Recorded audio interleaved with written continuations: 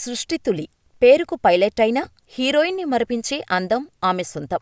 School days నుంచే flights, helicopters పై ఇష్టం పెంచుకున్న సృష్టి ఎలాగైనా పైలట్ కావాలని కలలు కనేది. అనుకున్నట్టే పైలట్ అయింది.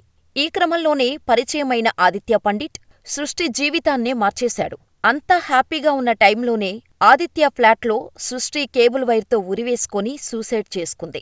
అసలు ఆ రోజు సృష్టి, ఆదిత్య మధ్య ఏం జరిగింది? సూసైడ్ చేసుకుంటాను అనే మెసేజ్ చేసినా ఆదిత్య ఎందుకు పట్టించుకోలేదు? ఆ 65,000 కోసమే గొడవపడ్డారా? ఆదిత్య బ్లాక్మెయిల్ చేసి డబ్బు తీసుకున్నాడా? Watch the story. ఉత్తరప్రదేశ్లోని గోరఖ్పూర్కు చెందిన సృష్టి తులి ఫ్యామిలీ ఎగువ మధ్యతరగతి కుటుంబం కావటంతో ఆర్థికంగా ఎలాంటి కష్టాలూ లేవు. స్కూలింగ్ మొత్తం గోరఖ్పూర్లోనే కంప్లీట్ చేసిన సృష్టికి చిన్నప్పటి నుంచి పైలట్ అవ్వాలని కలలు కనేది. మొదట ఇంట్లో అడ్డు చెప్పినా ఆ తర్వాత ఓకే చెప్పటంతో ముంబైకి రావాలని అనుకుంది. అంతలో కరోనా రావటంతో ఇంటికి పరిమితం కావాల్సి వచ్చింది. అలా 2020 నుంచి 2021 వరకు ఆన్లైన్లోనే పైలట్ కోర్స్ చదువుతూ, యూట్యూబ్లో వాటికి సంబంధించిన క్లాసెస్ చూస్తూ ప్రిపేర్ అవ్వటం మొదలుపెట్టింది. క్రమంగా కరోనా తగ్గటం, లాక్డౌన్ ఎత్తివేయటంతో ముంబై వెళ్లి పైలట్ కోర్స్ నేర్చుకుంటానని ఇంట్లో అడిగింది. కానీ పేరెంట్స్ అస్సలు ఒప్పుకోలేదు. అసలు పరిస్థితి బాగోలేదు. పరిస్థితులు అంతా సద్దుమణిగాక చూద్దాంలే అన్నారు. కానీ పట్టుబట్టి పేరెంట్స్ని ఒప్పించి 2022లో ముంబైలో అడుగుపెట్టింది. యూపీ నుంచి ముంబైకి వచ్చిన సృష్టి ఓ అపార్టుమెంటును రెంటుకు తీసుకుంది. అప్పటినుంచి కమర్షియల్ పైలట్ ట్రైనింగ్ తీసుకుంది సృష్టి. అయితే సృష్టి చాలా అందంగా ఉండటంతో ట్రైనింగుకు వచ్చిన ప్రతి ఒక్కరూ ఆమె కళ్లల్లో పడాలని తెగ ట్రై చేసేవారు. ఇక అమ్మాయిలైతే సృష్టితో ఫ్రెండ్షిప్ చేయాలని అనుకుంటే, అబ్బాయిలు మాత్రం ఎలాగైనా లవ్లో పడేయాలని తెగ ట్రై చేసేవారు. కాని ఇవేమీ పట్టించుకోకుండా ట్రైనింగ్ పైనే దృష్టి పెట్టింది సృష్టి. ఈ క్రమంలోనే తన బ్యాచ్మేట్ అయిన ఆదిత్యతో ఓసారి ట్రైనింగ్ క్లాస్ పడింది. ఒకరు మెయిన్ పైలట్టుగా, మరొకరు కో పైలట్టుగా చెయ్యాలని చెప్పారు ట్రైనర్స్. అలా ఆదిత్యతో జరిగిన పరిచయం కాస్త ఫ్రెండ్షిప్ గా మారింది.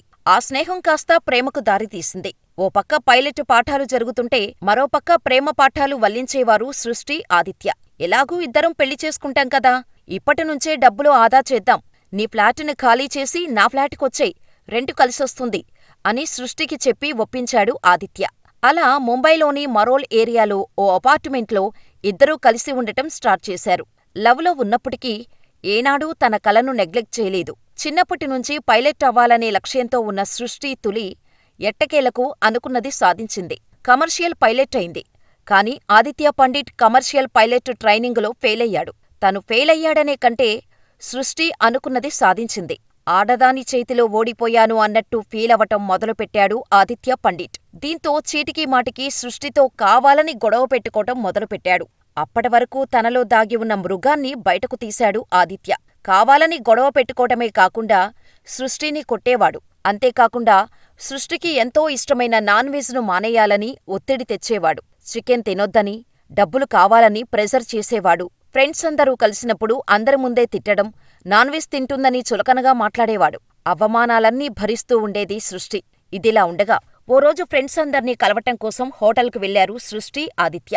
వెళ్లే క్రమంలోనే ఇద్దరి మధ్య గొడవ రావటంతో ఆదిత్య నోటికొచ్చినట్టు సృష్టిని తిట్టాడు. అంతేకాకుండా సృష్టిని బెదిరించటం కోసం ముందు వెళ్తున్న మరో కారుని కావాలనే ఢీకొట్టాడు ఆదిత్య. అప్పుడు కేసైనా పొరపాటు జరిగిందని ఫైన్ కట్టి ఇంటికి వచ్చింది సృష్టి.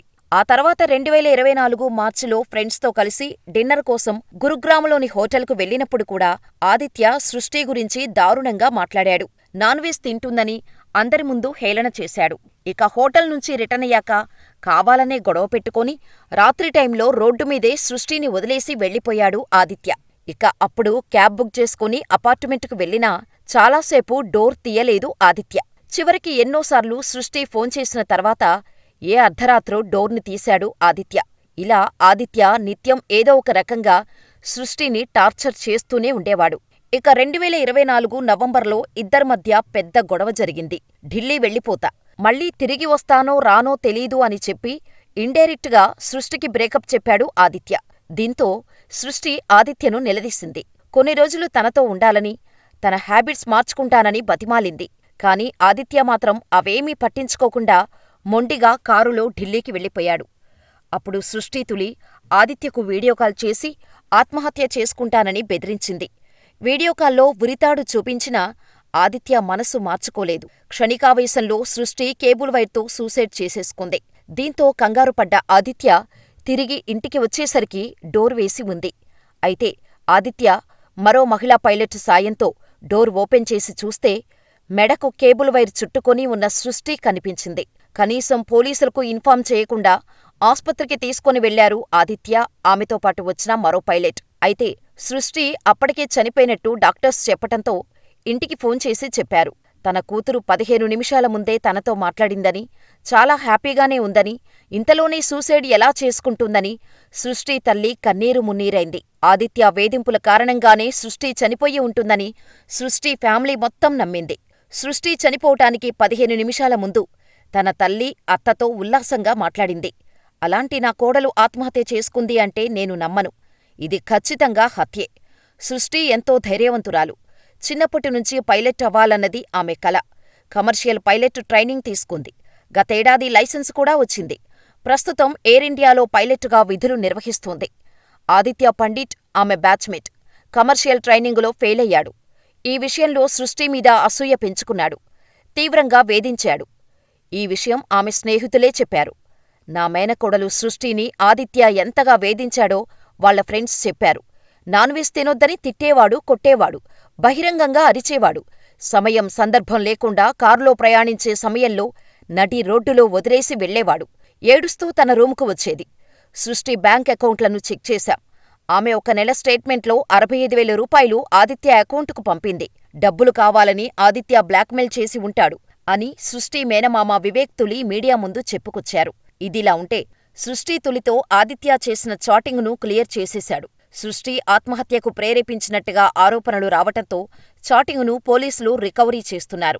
ఆత్మహత్య చేసుకుంటే తాను కూడా సూసైడ్ చేసుకుంటానని ఆదిత్య సృష్టిని హెచ్చరించినట్టుగా పోలీసులు గుర్తించారు. కాని ఆమె అన్నంత పని చేసింది.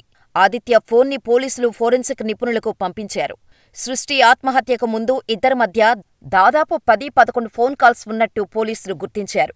అంతేకాకుండా సృష్టి ఫోన్లో చాలా మిస్డ్ కాల్స్ ఉన్నాయని, అవి ఎవరు చేశారన్నది తెలియాల్సి ఉందని పోలీసులు చెప్పారు.